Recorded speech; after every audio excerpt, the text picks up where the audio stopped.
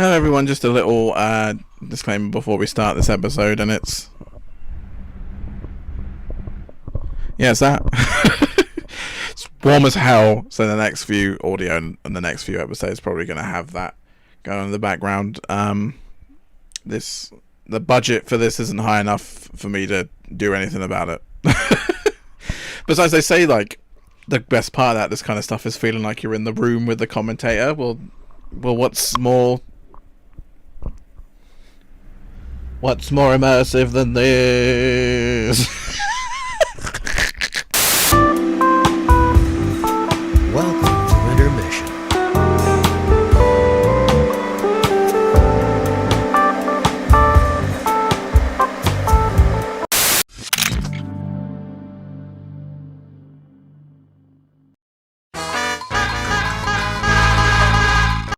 Haha, old Tannin, what a nice little subject to get into after your behemoth of the last one. No!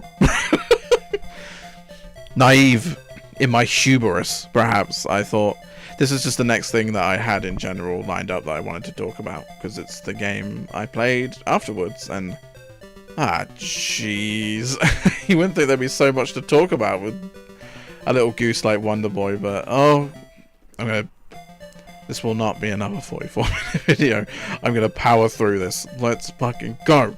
So I became interested in Wonder Boy because I have such a gap in my game literacy that's the exact shape of a Sega Master System and the SG series. It's kind of an accessibility thing, and also I didn't care until just now. I was kind of aware of it. I mean, I was aware of other 8-bit consoles like the ZX Spectrum and Atari and stuff like that, like having like older relatives who, you know, were just like me for real, as in dorks.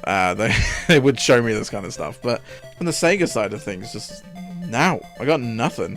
Like the Game Gear games on Sonic Adventure DX was probably the first thing that made me like encounter them. Like playing Sonic 1 Game Gear was like, man, if only the screen was bigger. Oh, it was. And that was it. But you know, back in the olden days, where to start with a console is probably a very easy, like, forward question to answer. What was its Scrimblo? Or maybe it didn't have a Scrimblo. You fool! Of course it needed a Scrimblo back then, as its, like, killer app, the whole point to own a system. The Master System didn't start that way. It sort of started kind of like the NES that had the black box series of games that's just ball, sport, car, gun.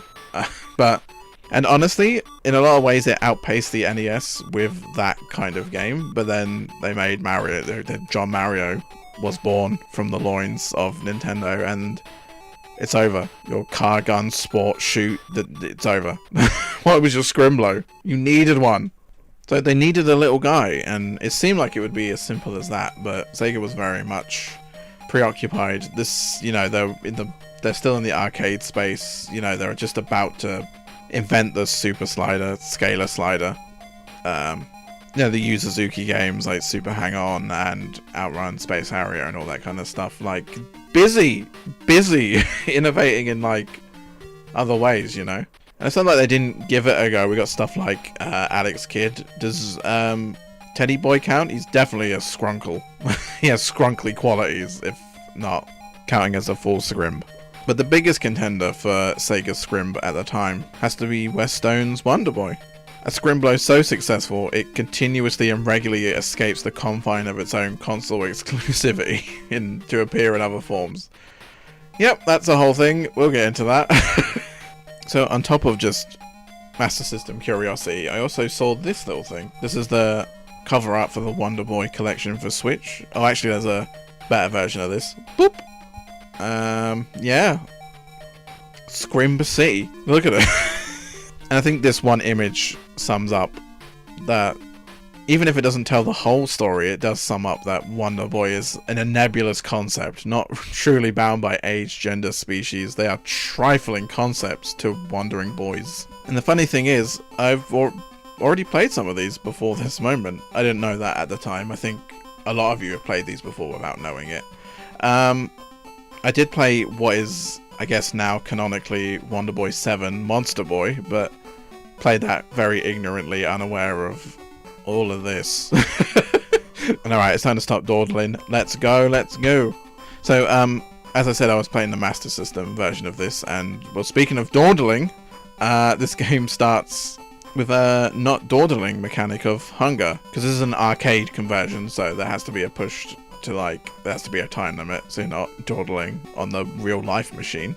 The entire premise is that our Scrim, Tom here, titular Wonder Boy, is fighting his stomach tapeworm, which drains him of nutrients, so he has to be kept fed at all times. Also, maybe someone got kidnapped, I'm not sure. It doesn't seem as important as immediate survival. And thus we have this game clearly very inspired by the first Super Mario Brothers, of just sort of platforming and running to the end. And this being like a Sega thing is quite interesting in the foreshadowing. Like, the fact that the main takeaway of this was the holding a button to run and jump further sort of mechanic that also acts as a projectile, like the fireball, culminates to this thing where it's not about precision platforming as much. Again, it's an arcade game that want you to be fast, but yeah, it is based around the idea of speed running it as fast as you can, like keeping at a steady pace, which is an odd like foreshadowing to Sonic, right? It's quite interesting. And our Scrim here, Tom, he's great. Like, he's a good shape, you know. He's just got big cute eyes. He has this like anxious run to his animation, like he's anxious about the food in his stomach already being eaten by his tapeworm. Like, it's weird. There's just something about someone being in a constant tizzy is just like a weirdly like sweet concept, you know. He did not answer the hero's call, he anxietied his way into it. On top of this, he has the ability to hurl stone hammers and acquire from the embryo of an egg a skateboard. And he even dons a little helmet for safety. It's very sweet and it's very charming. Also, it has to be said about the stone hammers that they have the exact sort of concept and trajectory of like a hammer brother, and that's great. Like, imagine seeing like the greatest obstacle of the original Mario Brothers and just coming to the conclusion of like, I should be able to wield that. I want that for my enemies in my game. Okay, it's something that's probably quaint in 2023, but like trying to think of it at the time, that's pretty good. I like that. But understandably, this design is very simple. Like, it's just a little cave thing in like a grass skirt. But hey, I believe at judging people at their best, not at their worst. Best and worst, the worst. Because hey, this game got a remake recently. It's probably like the first Wonder Boy acknowledgement in so many years. With Wonder Boy Returns remix for the Switch, and look at this. Look at it, he's so small and anxious with his tapeworm. Oh my gosh. Like, perfect sprite, no notes. That's like, again, it's such a head-assingly simple Scrimblo idea, but this is like that push to a mirror sheen of just, look at your baby. I don't want him to be hungry because of his tapeworm. I don't want to imply I'm going soft with these already. I think I'm gonna rate these in tiers. It just seems like the most gut feeling rating you can give someone. So as much as I want to give this just a C, just for like base template sort of thing, the original I would give, but this, look at your baby. Oh baby, you don't want anything bad to happen to the baby. B. Cool short form video, Tannin. Let's go home. Wait a minute now. You think you just get to talk, when you talk about Wonder Boy, you just get to talk about one game, the game you actually played? You fool! Sit down! So, I don't know what was going on with copyright in, like, the mid-80s for video games. It's a weird thing. Sega owns Wonder Boy as a concept. Not even the visuals, I don't think. Maybe it's literally just the name, because we'll get to that. So yeah, Sega owns that name, and I guess, like, the exact copy of the original game, if that makes sense. But they don't own the coding or the programming or even the design, I suppose. Which means if anyone made an offer to Weststone, they would be happy to fish that out to anyone that asked. And someone did ask.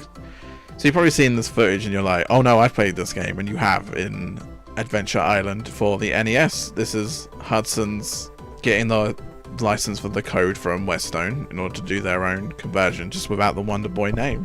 I'm going to hold off on going too deep on this one or reviewing Master Higgins as a Scrimblo, because Adventure Island has its own lineage in its own weird way. Like, this kind of gameplay style you're seeing right now, done. Wonder Boy's done with that. That was a one-time thing, and he's over it.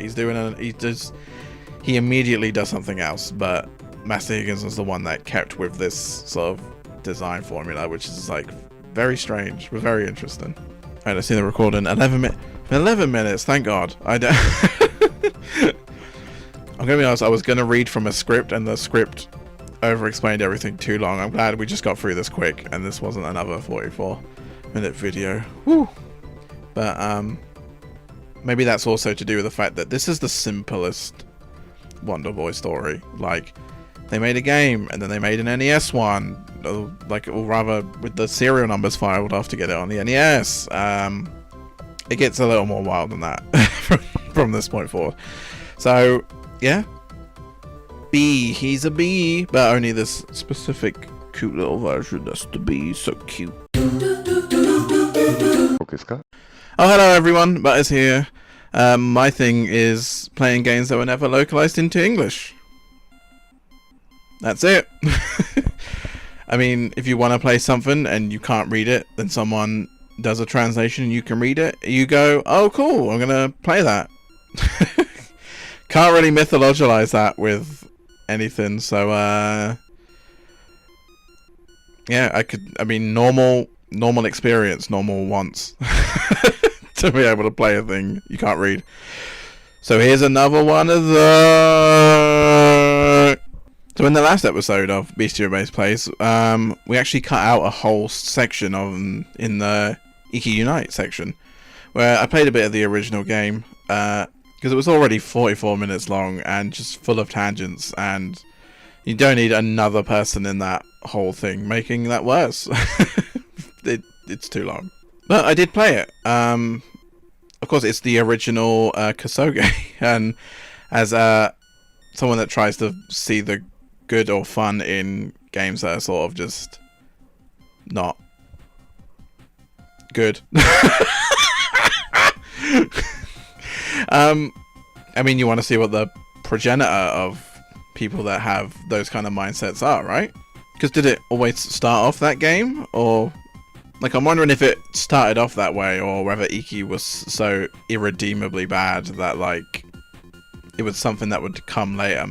Like, was it just laugh at bad game from the jump? Or my assumption is that I wouldn't find the start of that here. Like, you know, the idea that maybe, yeah, Kusoge was just, haha, bad game, and then developed into something more, like, noble, complex. I'm not sure what the word is. Just the one of being able to see past, like, technical mishaps of a piece and see the author's intent, or even lack thereof, just good things about a game, you know? But I think it was optimistic to think that started immediately. You know, there is no honor to be found here. Except for the whole farmers rebelling against the shogun. That's pretty based. Like, do you ever think about how goy all the marketing stuff is around this game, where it's incredibly, like, serious and, like, fucked up concept? That's so weird, right? Fuck, I'm on a tangent again. The game! Ah! I was surprised to find that the Kusoge spirit does, like, still apply for Iki. Like, it began immediately. Because for all its reputation, there is really, deep down, only one thing wrong with it. And the rest is just your by-the-numbers arcade conversion. But on the flip side, it is wild how much this one mistake genuinely just ruins everything. Like, not even just, oh, it's a bit to play, it's a bit difficult, it's just any redeem, just gone. And that one thing is that your PC, that's Gobe, has to literally be straddling on the side of the screen for it to move, like you're a reticle in a Wii game or something, like having to move the camera. Even saying it aloud, it's like, that's kind of pay to dismiss a whole game's worth, but they might, please give it a try yourself. It's fascinating. Because all the other things this game is, like all the other isms it's famous for, kind of just like does come from this one thing. Like, you can't predict the enemies, they're popping out of nowhere. It's because of the screen. You can't see them when you're pushing the screen. Like, you're lost on the map looking for the 5 Kobans needed to progress. It's like, yeah, because you don't have full view of the stage, because you have to force the camera along yourself. You can't, like, plan your route or where you need to go in advance, like, just because of this one little wrinkle. It's just amazing how it's just one little thing, but everything just falls apart from the seams, like, immediately. Maybe when doing this conversion, they just thought, like, hey, it's an early game, we're all still new at this as an industry. It'll just be a little fun wrinkle, a little difference, and history has returned to that gesture with literally, this is the origin of the Kusoge, like, woo! In its own way, that's innovative, and God bless it. If developers didn't know the importance of, like, prompt you screen scrolling, like, oh, they do now. That's the kind of thinking you love the Kusoge for, right? And that's kind of the lessons, trying to see the good in the miracle that is a game that got released. You know, if mashing stones together can be reenacting a full-scale war, if you put your mind to it, then maybe we can put that same energy into enjoying Iki.